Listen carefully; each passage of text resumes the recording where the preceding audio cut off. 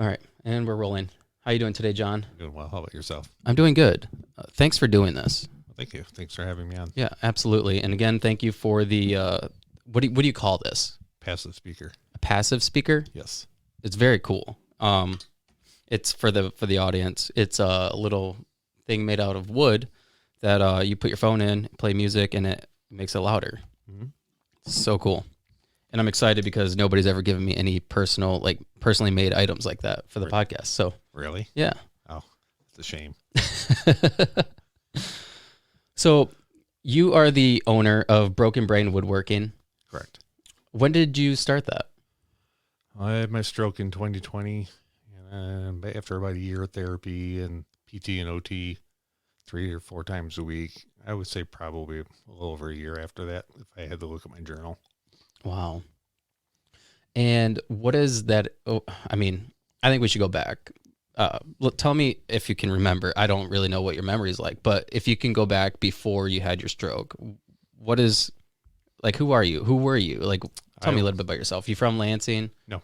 No. I grew up in a small town called Gaines, about 250 people. Okay. I graduated from Durand. Oh. I moved from there to the Flint area, and I lived out there for quite a while. And then that's where I started working on cars. I've always been a mechanic.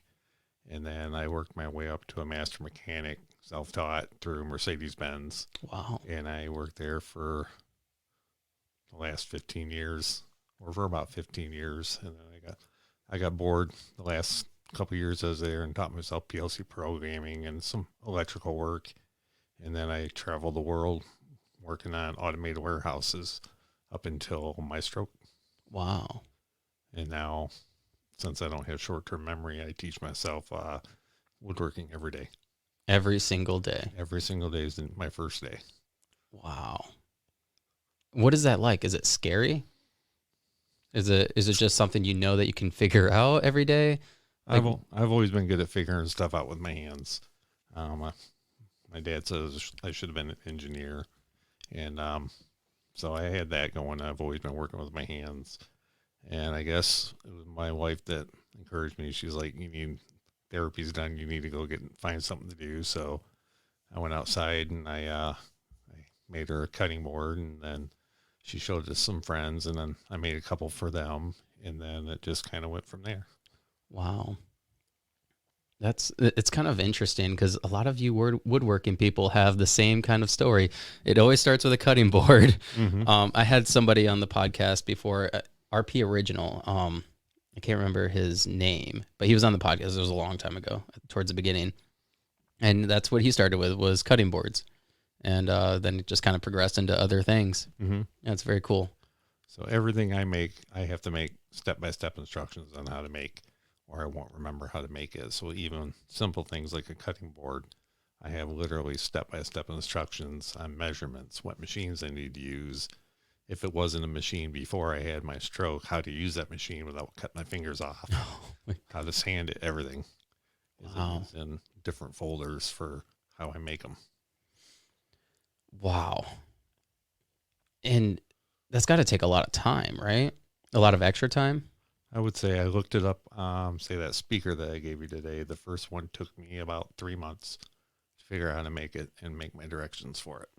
And now I can probably make one in a day, Wow. day or two. Wow. So That's crazy. just find out what you can do, I guess.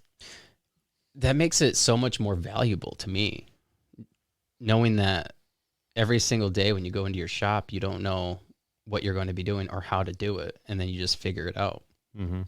Well, I have my notes, and the good part about it, I guess, is my notes are always changing because I get to look at it with a fresh set of eyes every day. So you change the way you do it a little bit. Yeah, like this might make it easier, or I like the way this does it, or the way this looks better. So if you was to look at my notes, they're all crosses. Everything's done in pencil, so That's smart. I can change them.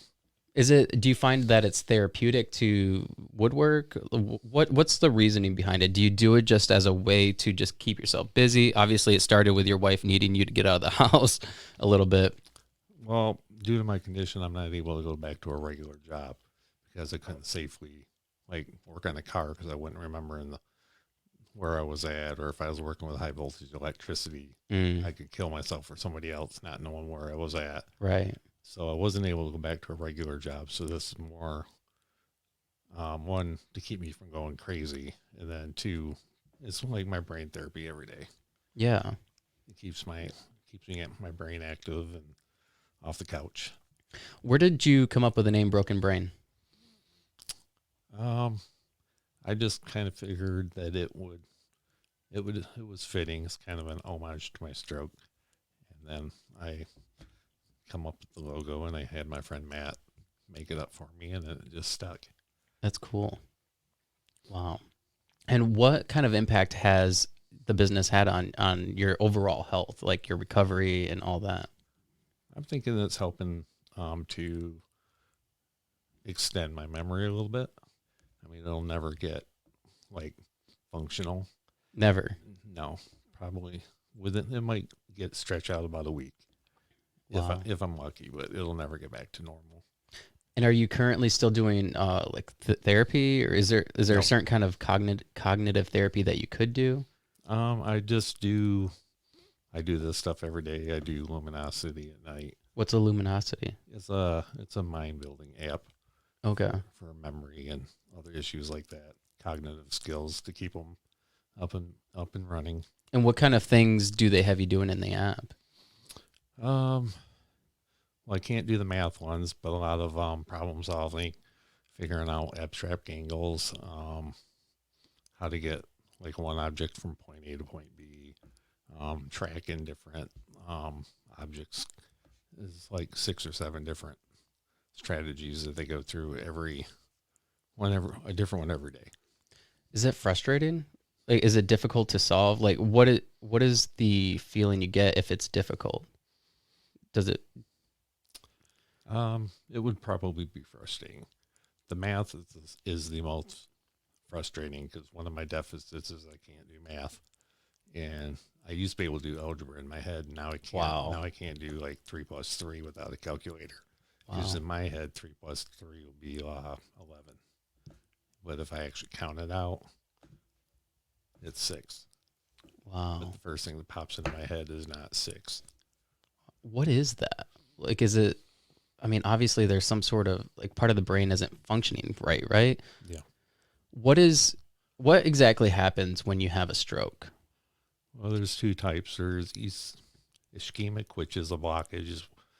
That was the type that I had. And then there's hemorrhagic, which is a blood vessel bursting. So mine was ischemic, which it had a restriction of blood and kind of just, I don't know if it says it destroys the area that it affected, but it changes it where that part of the brain isn't functional, which has snowball effects on other aspects. So since mine was on the right side, I had vision issues and stuff on my left side was affected. Wow. And so you said you had your stroke in 2020. Yes. Right? How long, what was that like? Leading up to it, did you have any symptoms? No. Well, yes, I had a TIA almost a year before, which is considered a small stroke. Almost exactly a year before. But other than that, no, I had no symptoms. The only thing I remember is I went to work and I wasn't feeling quite right. So I got into my car and apparently drove a couple miles to the store, and I must have figured I couldn't make it. And then I called my wife, and I guess when you have a stroke, you're saying weird stuff and it's hard to communicate. But eventually I got out to her where I was at, and then she called the ambulance, and that's it. Now it's today. Wow. And so when that happened, how long were you in the hospital for? According to my journal, I was in there for a good week or 2, and then I was in PT, OT, and speech therapy for I think 3 months, 3 to 4 days a week, pretty much all day. And I had to learn how to walk and talk and eat and everything. So during that process, do you still have normal thoughts? Like, as in, like, I know I can do this, and it's frustrating that you can't because you're not able to replicate it in physical form. It is frustrating. Like, did you have thoughts of knowing that you could do it? During my stroke? Like after? I have no idea. No. No. Or even now, do you have those kind of thoughts? Like if something's difficult and do you feel like you could do it, but you just can't? Like there's something that's stopping you. I guess it would be day to day. Most days, I'm learning to go with it. So I just go out and I try to figure it out. Or if I'm having a bad day, I just stay out of the shop because a bad day out there can get you hurt. Right. And thankfully, according to my journal, there's more good days than bad days. That's awesome. Days. That's awesome.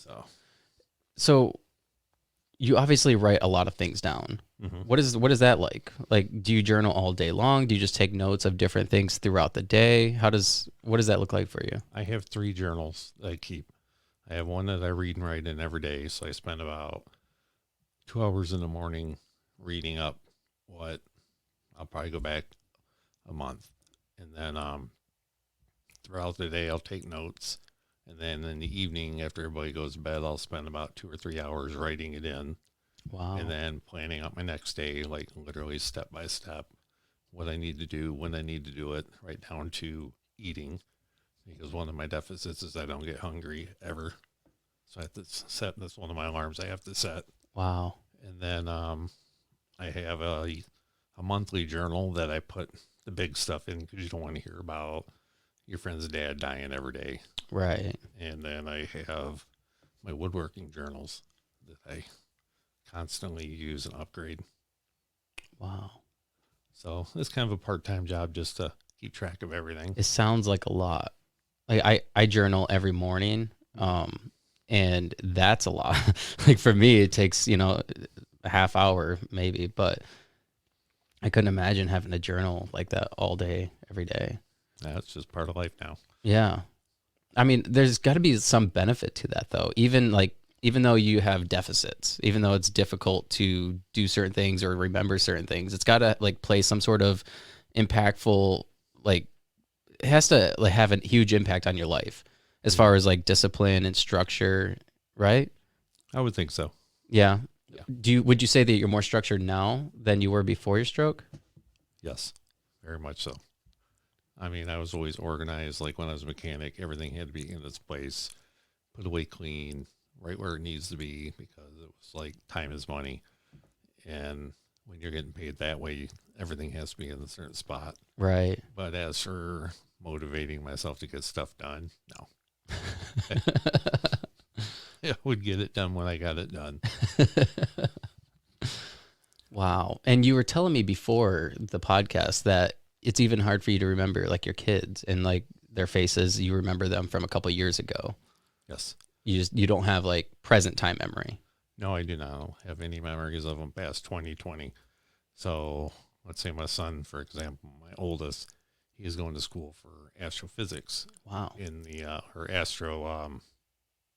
aerospace engineering. Wow. And in my head, he should be a sophomore. And then my oldest daughter had really short hair, like a pixie cut. Now she has a boyfriend and long hair and looks completely different. Wow. So are you shocked every time you see them? Not as much anymore as they used to be. It's I pretty much remember what they look like now, which is better. That's awesome. So if you have a thing like that where like you remember something a certain way, and then like let's say they came in and you're like, oh okay, do you recognize that? Like, oh okay, I know what's happening here. Yes. Yep. There are a few things that's been sticking after my stroke. I have a few people that I met afterwards, and I think it's because I see them so often. I'll recognize them when I see them, but it won't be by their name. It'll be by like association of something. Yeah, this is the bee people, or this is the tree farm people, or okay. This is the guy with the beard, and I'll know it by seeing them, but I don't know what their names are. That's got to have some benefit too sometimes. I mean, I'm just glad to be remembering something. Right. Now, as far as your woodworking, where do you sell your stuff at? Do you sell them at like local markets, or you sell it online? Yes, I have my.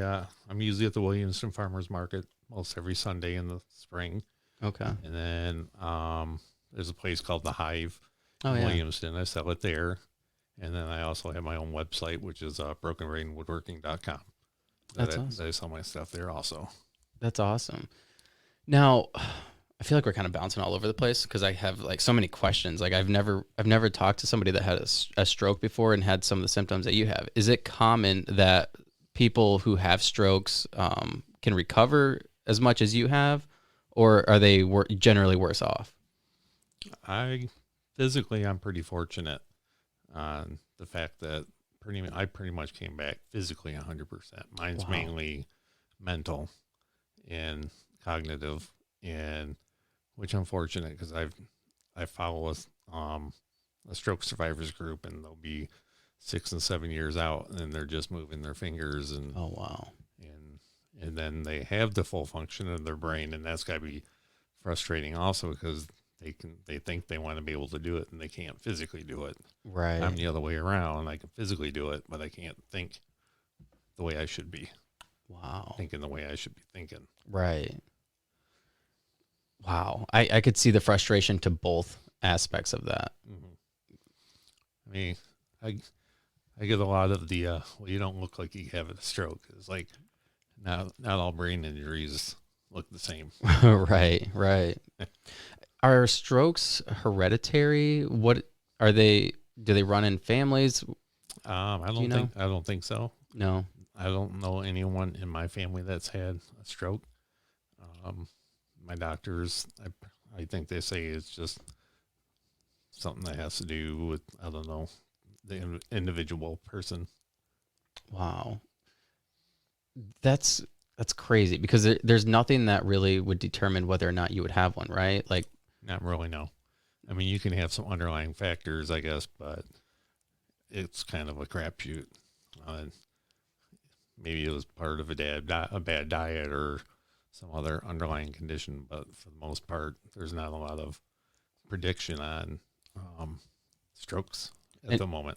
and there's really not much you can do to prevent them, right? If you knew that you had certain things where it would contribute to them, I imagine there would be, but for the most part, strokes kind of just hit out of the blue, I guess, Yeah. and there's no real warning. That's scary.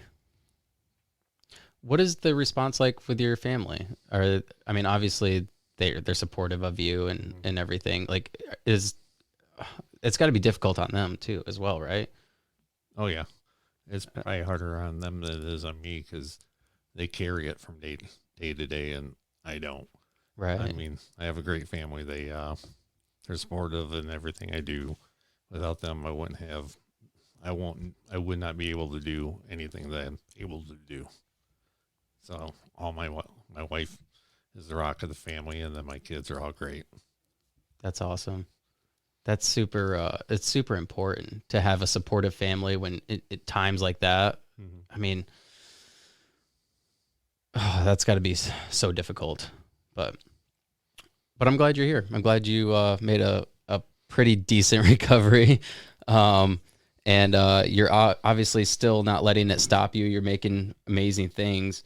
What again is this made out of? It's made out of wood from two different pianos that are 150 years old. What kind of wood is it? The outer parts are maple or walnut, and the center part is maple. Okay.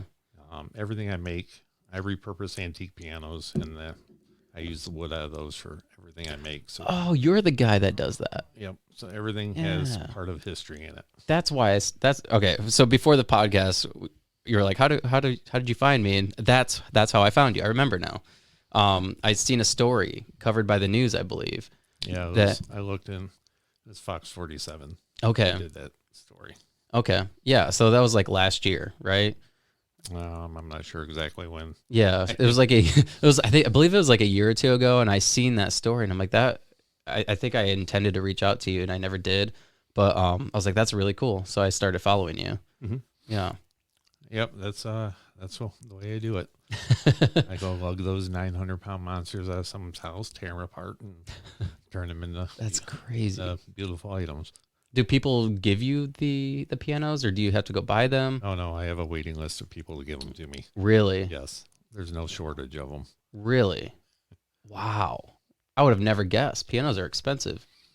Not the old broken ones. Just type in free on Facebook. About 50 of them will show up. Wow. That's crazy. That's very cool. Very cool and unique. What kind of impact does your business have on people with strokes? Do they find inspiration from what you do? I would hope so. I want to start making some products that like sell. I'll have stroke awareness products, special cutting boards, and I'll be donating part of that money into the Mary Free Bed. Oh. Those are the therapists to help me get back to where I'm at, and it's just my way to give back a little bit. That's amazing. That's really amazing. Thank you. Yeah. That's very cool. I'm excited. I want to check out more of your stuff. What else do you make? What else do you make out of the piano, the refurbished? I was looking at piano? it this morning. My Facebook page is kind of my photo diary, so everything I've made is on there, and I go on there and look. And there's been everything since from urns to flags, shelves, wine cabinets. I made a giant live edge desk. A little bit of everything's on there. I'm sorry. I want to pull it up. Let's see here. Broken brain woodworking.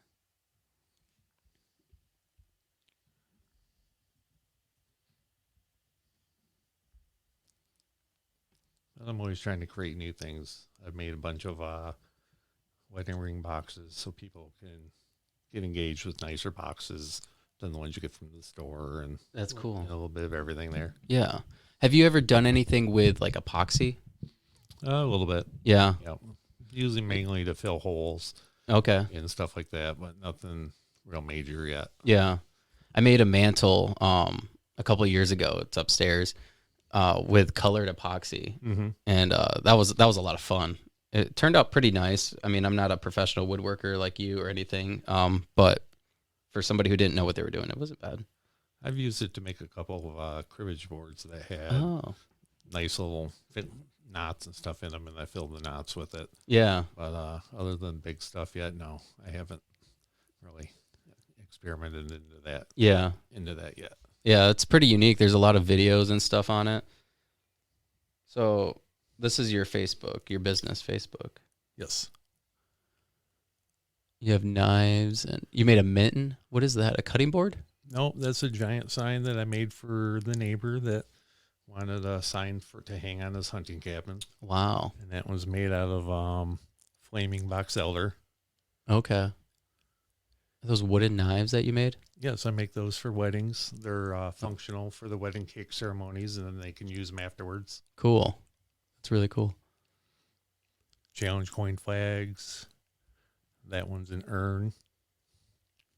What is an urn? Oh, the red, that one? The Purple Heart one there. Oh, okay, yep. That was for a young man who was a trucker that passed away, and his family wanted a nice urn for him. So the bottom of that actually is the repurposed trailer bed of the wood from a trailer bed from a track and trailer truck. Whoa. And the one right there with the vegetables on it, that was an idea that someone sent me on an email, wanted me to know if I could duplicate it or make my own version. And then the one underneath it is the one that I made. The charcuterie board? Oh. Let's see here. Yep, that's my version of it. Wow. So how do you do that? Do you cut them into strips and then glue them? Yes. And then I take a router and make a router template for all those little squares, and I hand route them all out and spend hours and hours and hours of sanding. Wow. That's cool. That's cool. You made a table. Yep, that's a giant live edge desk. Wow. That was my first one of those. Like, I asked me if I could make one out of it because it was his grandfather's piece of wood, and I was like, well, I don't know, but we'll find out. And that's what I made. Wow. That's nice. And those are the wooden knives.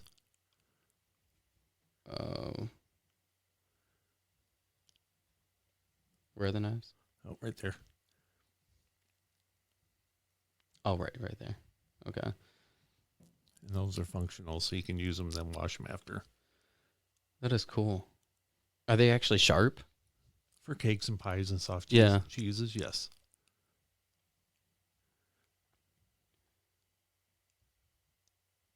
Very cool. Thank you. Yeah, I'm really fascinated by woodworking.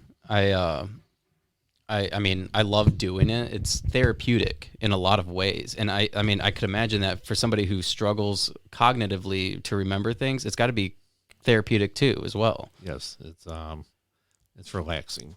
It keeps me calm.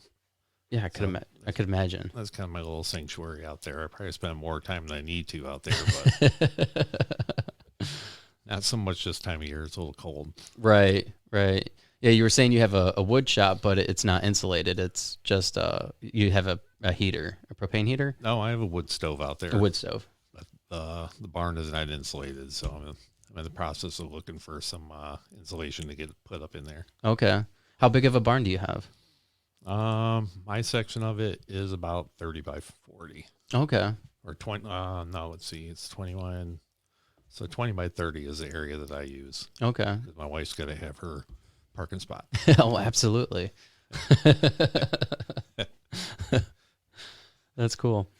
Do you do a lot of woodworking for yourself, or do you make anything for yourself, or do you just take orders and then what is your process like? Do you have stock or like? I do have stock, the stuff that's on my webpage, and then I dedicate a day to just kind of make new stuff. And then I also have big orders that I'm working on now, which is why I took the winter off for craft shows, because I wanted to get caught up on these bigger items that I'm working on now.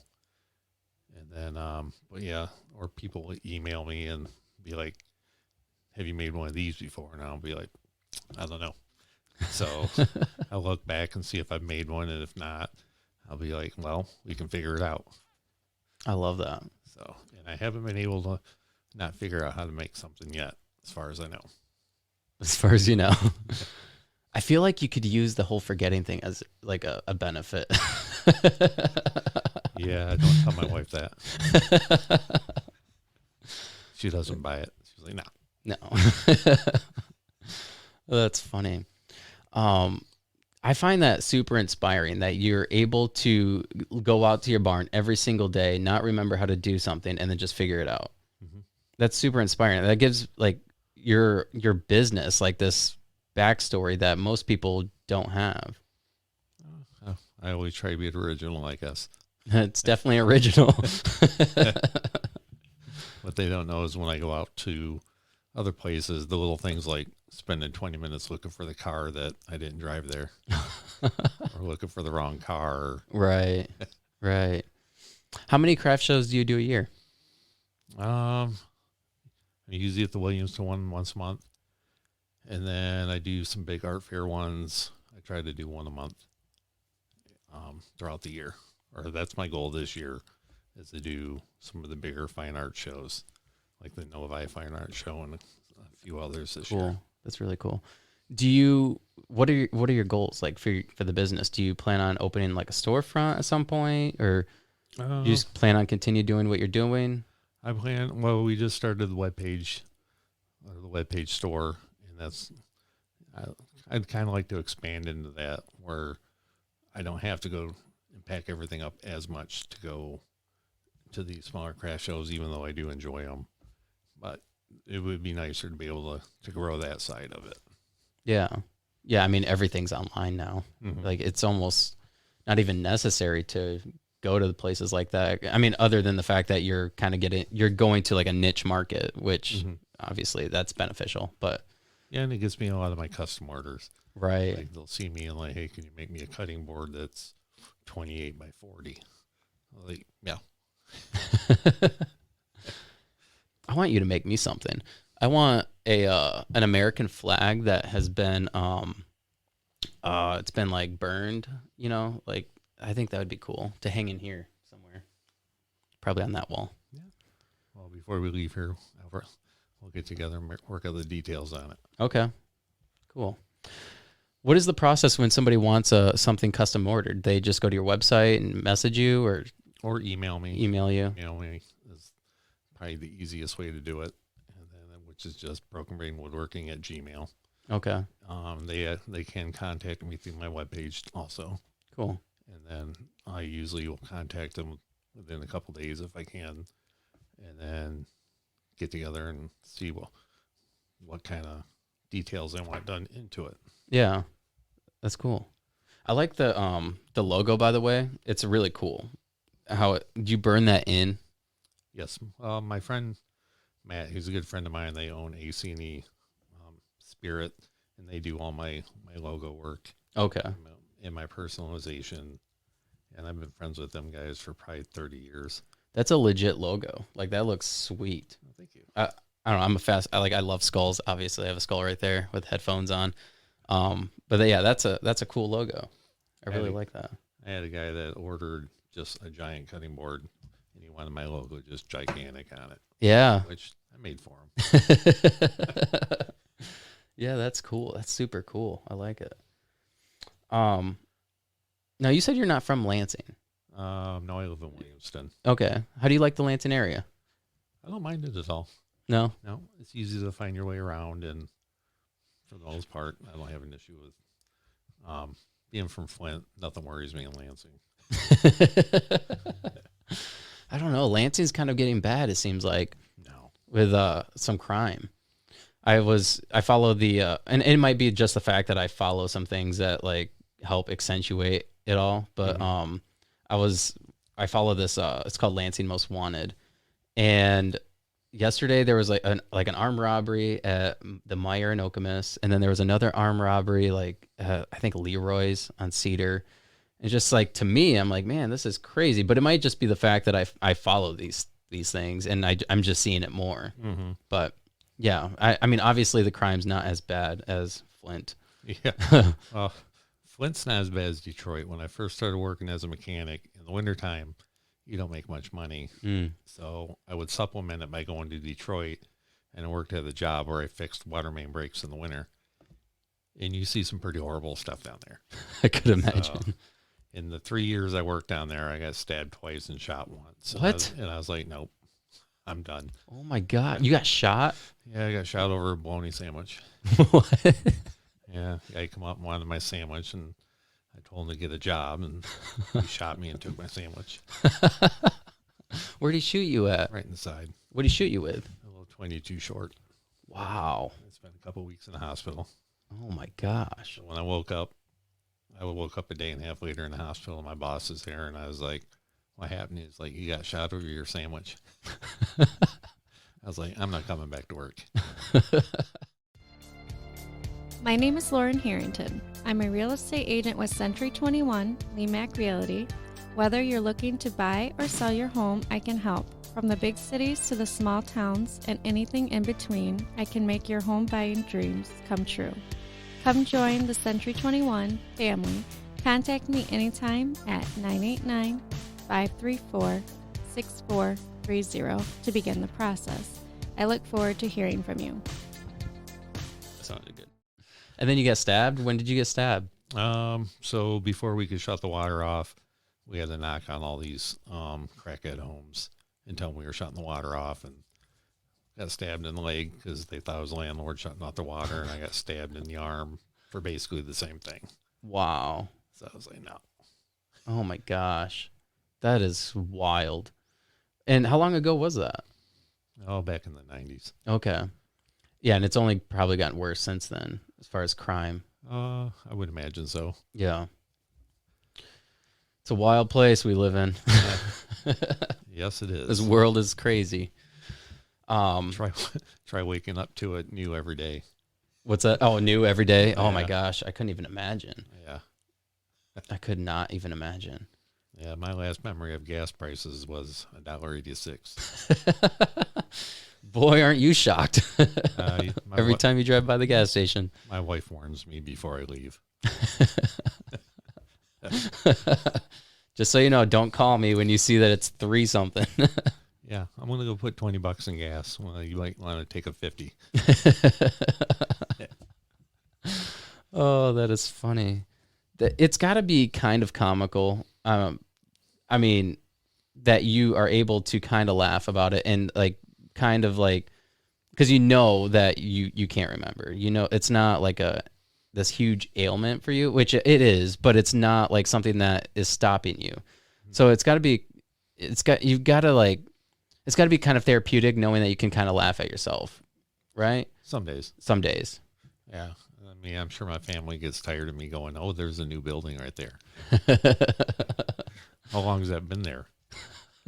Years. Yeah, I could imagine. It does get frustrating, but I guess in the same sense, like, I mean, what can you do? I mean, it could be worse. I could be lying in bed drinking out of a straw. So Right. I'm fortunate. Yeah, absolutely. What kind of things do you find that you can do now that you weren't able to do at like after first having the stroke? Probably organizing my time. That's probably the biggest thing I've gained. A little more patience, but I think sometimes my family would disagree with that. Not a whole lot. You just do what you gotta do and keep moving on. Yeah. Yeah, absolutely. I love that. It's an inspiring story because most people, I mean, not most people, I don't want to say most people, but like a lot of people in situations like that, they want to allow their circumstances to define who they are. They want to allow what happened to them. They want to be a victim of it, or they want a way for people to just kind of feel bad for them, or woe is me, I'm not able to do that because I have this issue. And I find it super inspiring that you don't allow that to stop you. You get up every single day. You take accountability for your life because you journal multiple times a day just to make sure you stay on track. And then you go out and woodwork, and it's the first time you do it every single day. I mean, going back to what you just said, I wasn't always as empathetic towards. I was kind of one of those people like, man, why are they on disability? They look fine. And now I'm a little more empathetic towards the way things are now. So it did make a big change in that aspect.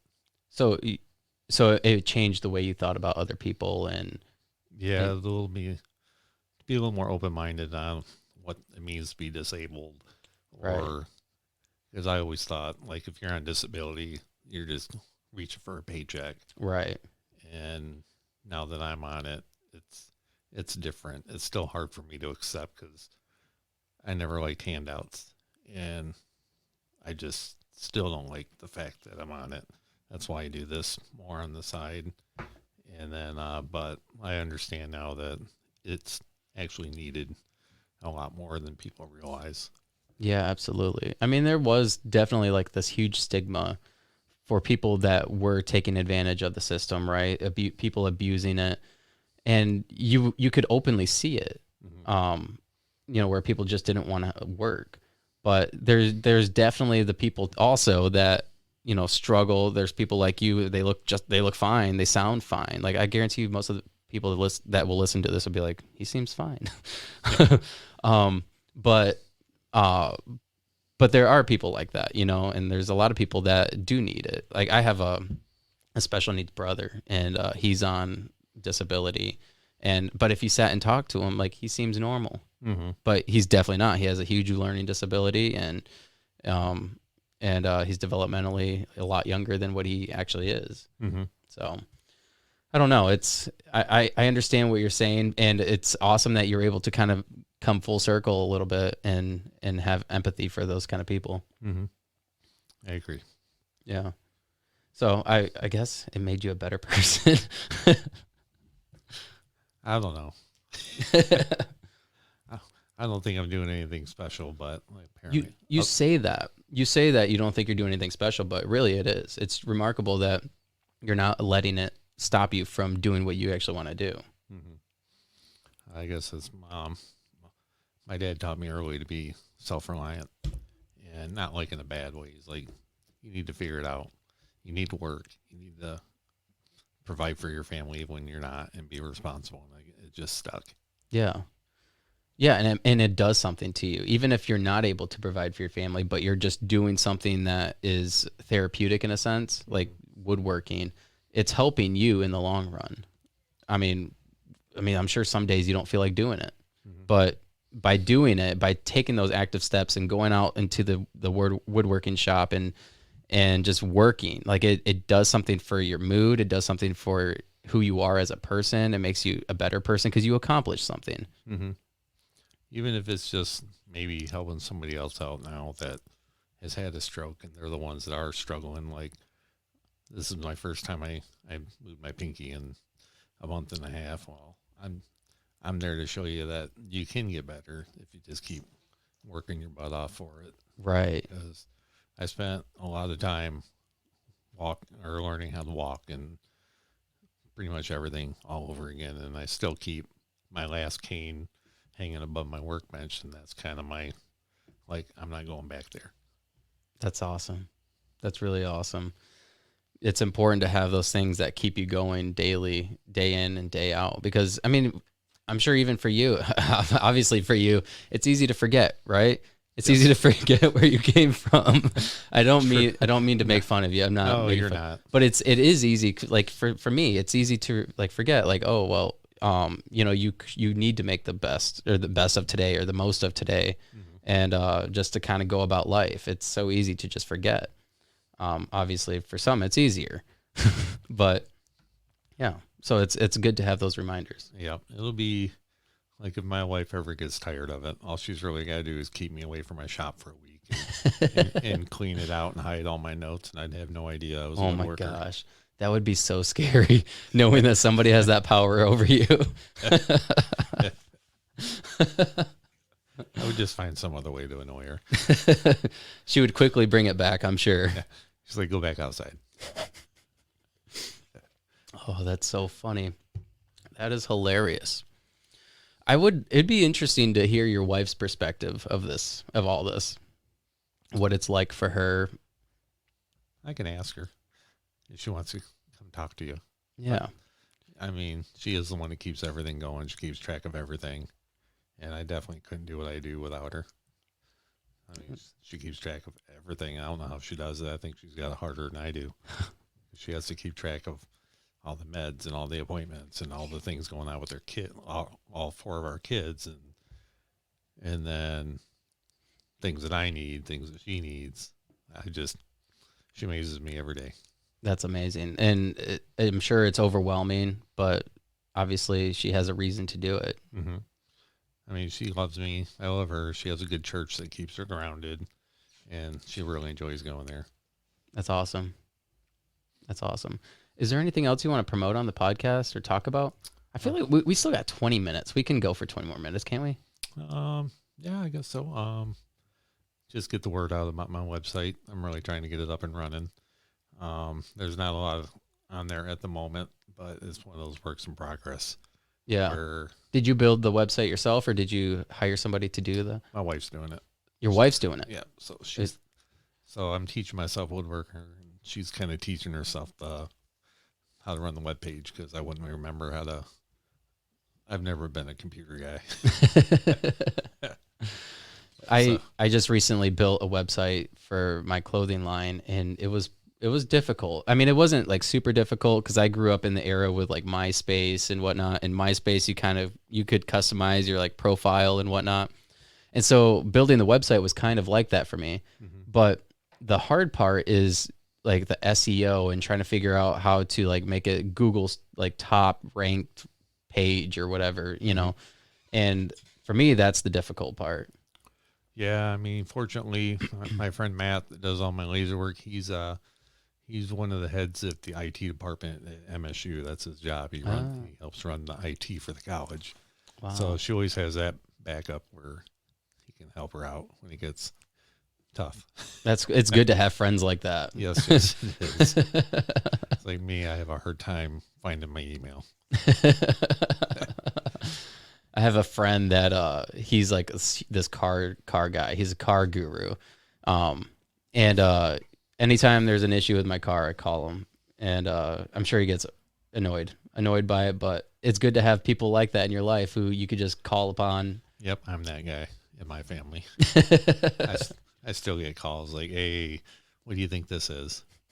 It's like, I think you need to take it to a dealer, especially with the new ones. Right. Yeah, it's crazy like how much the vehicles have changed. Oh yeah, I was the electrical specialist, so I had to deal with all the nightmares.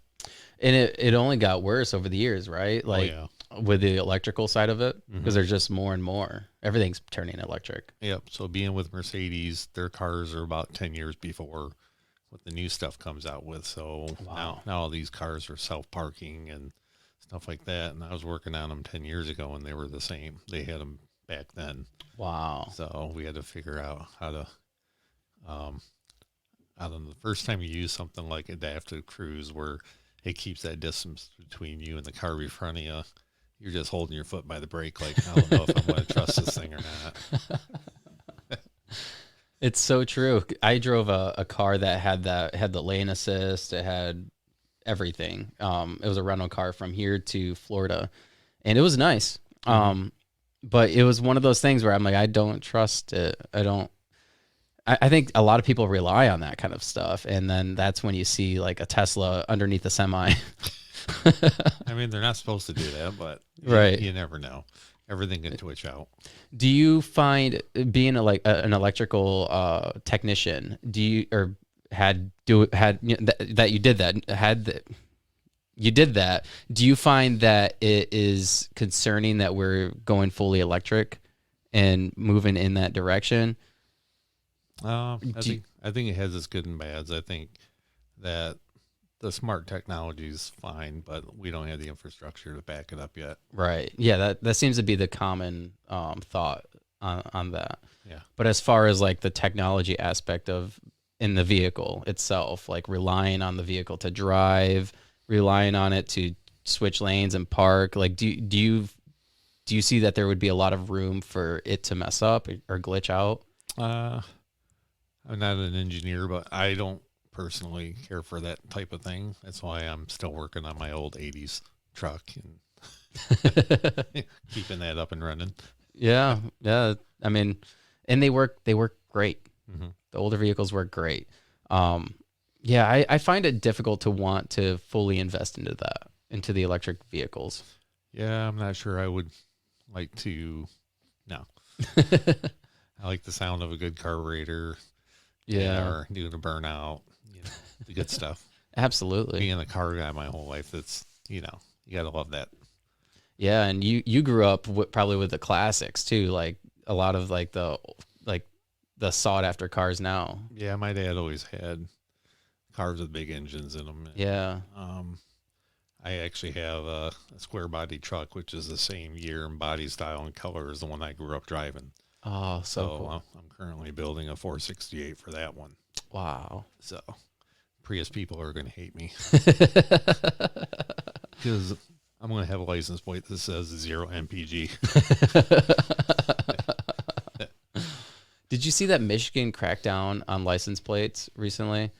Mm-mm. No. So they made like certain license plates illegal to get, like see ya.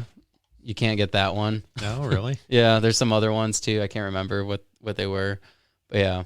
I hope mine isn't one of those when I get around to doing it. Because when I had the 350 in it, and I got like 8 miles a gallon. Oh my gosh. And that one was 300 horse, and the one I'm building about 600 horse. Wow. I'm building now, so. Wow. And what do you plan on doing with it? Just drive? Daily driver. Yeah? Yep. Wow.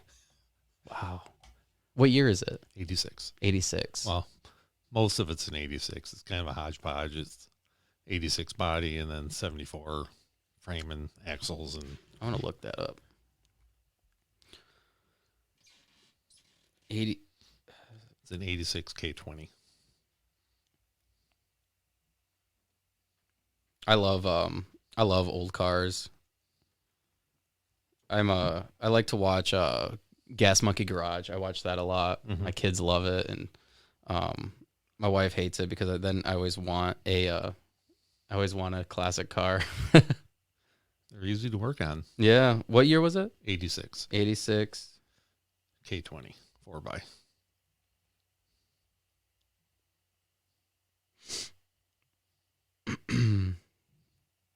Oh yeah, that is sweet. Yeah, mine's lifted and manual, everything. Wow. Oh yeah. What color is it? Almost like that blue one and third from the right. This one? Yep. A little more Smurfy colored mine is. Okay. But yeah, it looks pretty much similar to that one. Yeah, that is sweet. Except for that one's chrome. I painted everything black on mine. Yeah, that would be sick. It's a work in progress. That's cool. How long do you anticipate it taking till you're done with it? Well, my son and I started building the motor before my stroke, so that's taken longer than we wanted. But it should be ready by this spring to be put back in. Oh, sweet. And then that'll be behind my booth in all my craft shows. Oh yeah, that'd be sweet. Put your logo on the back, Oh, yeah. in the back window. Yep. Yeah. So that's the plan. This guy driving around is my advertising car. Yeah. That's cool. Jeez, that's really cool. And obviously, that's another hobby you still have that helps keep you going. Yep. My daughter, that's like 4 foot tall. She wants to drive it to prom next year, so that's kind of a goal I got to have done. Unfortunately, I got to put different seats in it because being a stick shift and her being so small, when I get it far enough forward to reach the clutch, you can't shift it in the second. It's got a bench seat in it, so yeah. I need to put bucket seats in for it. That'll make it a little bit more comfortable too. Yeah, I think I'll put some nice cushy seats in it. Yeah. So I'm getting old. I want some comfort items in there. Yeah, absolutely. Well, John, this was a lot of fun. It's been an honor talking with you, and it's crazy. Your story is crazy that you're able to do what you do daily, and I find it super inspiring. Especially somebody who like strives to be better every single day and find a reason to be better. Because sometimes it's so difficult to want to be motivated. It's difficult to want to just get up and go about my daily routine, the things that I know that would keep me going every single day, like working out and like doing my morning routine, writing, journaling, reading, all those things. But then like hearing a story like yours where like you have to do those things or you have to do specific things in order to just like have a normal day. I find that inspiring, and I find it inspiring that you didn't give up and you're continuing to go and make your life better. Well, thank you. Absolutely. So thanks again for doing this. I really appreciate it. And I look forward to seeing what else you build and or make, and I want to definitely check out your store. All right. Well, thank you very much. Yeah, and your website and your social media will all be in the links in the show notes. Yeah, because I have Facebook, Instagram, and my website. Cool. All right, awesome. It'll be in there. Thank you. All right. Thank you very much.